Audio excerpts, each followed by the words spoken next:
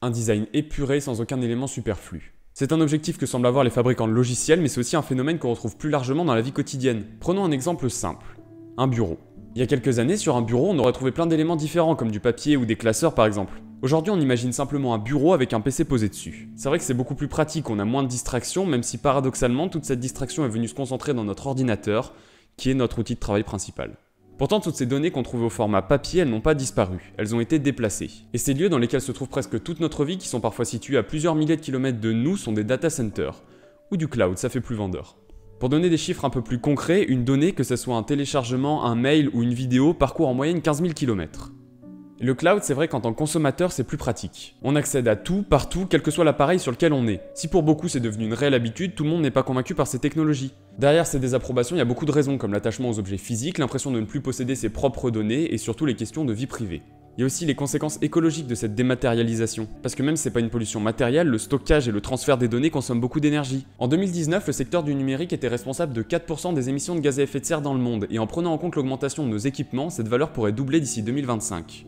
Ce qui va en revanche réellement changer notre mode de vie, c'est la disparition des objets. Comme je l'évoquais plus tôt, on a de moins en moins d'objets chez nous. Et là où un objet peut se transmettre entre plusieurs générations, des données qui sont loin de nous ne sont pas physiquement transmissibles. C'est probablement cette transmission, couplée au besoin de possession, qui a poussé les vinyles à voir leur vente augmenter. Paradoxalement, dans une société où le streaming musical prend de plus en plus d'ampleur, les ventes de vinyles reprennent des couleurs. Un marché qu'on croyait disparu refait surface. Ce retour est dû d'une part au crépitement, à la chaleur du son, mais aussi à l'objet en lui-même, parce qu'on va pas se mentir, c'est beau un vinyle.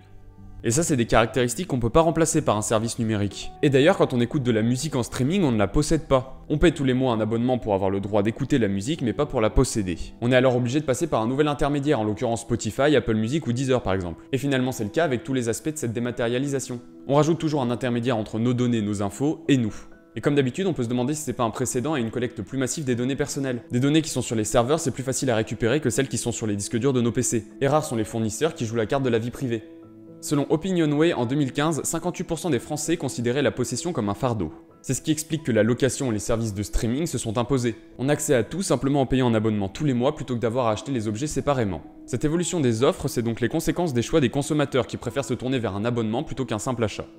Une dématérialisation totale placerait le contact humain au second plan, remettant l'objet sur le devant de la scène. On imagine facilement un futur avec des maisons ultra connectées et standardisées. Les objets y seraient rares et leur acquisition réfléchie. La rareté amenant la valeur, un objet ne serait-ce qu'un peu original nous rendrait ravis. Cette hypothèse va à l'encontre de la société de consommation actuelle. Mais à l'heure des économies et de l'écologie, elle passe d'idée à potentiel. J'en ai parlé rapidement avant, mais un des problèmes survenants n'est d'ailleurs autre que le climat. Cette dématérialisation pourrait bien nous tirer vers le bas de ce côté-là. Toutes ces données stockées et transférées permettent d'éviter les déchets matériels. Mais ça serait que du côté du consommateur. Les métaux rares nécessaires à la fabrication des appareils électroniques sont parfois collectés à la pelle, à la simple force des travailleurs. Couplé à des produits chimiques, l'impact de l'extraction de ces matériaux n'est pas négligeable. On délocalise la pollution en recherchant l'écologie et la fin du jetable. D'autant plus que maintenant on ne tend plus simplement à avoir nos données dans le cloud, mais complètement nos PC. Ça se voit avec des services comme Shadow PC ou GeForce Now par exemple. Vous avez accès à un PC qui est chez le fournisseur et non plus chez vous.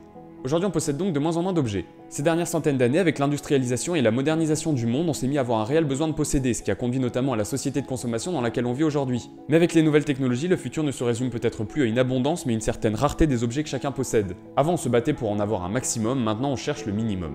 Aujourd'hui, tous nos outils se concentrent dans notre smartphone ou notre PC qui tendent eux-mêmes à évoluer en réduisant leur taille et le nombre d'accessoires nécessaires. Finalement, les évolutions technologiques, en voulant nous faciliter la vie, réduisent le nombre d'objets que l'on possède. Donc nous font revenir dans le passé.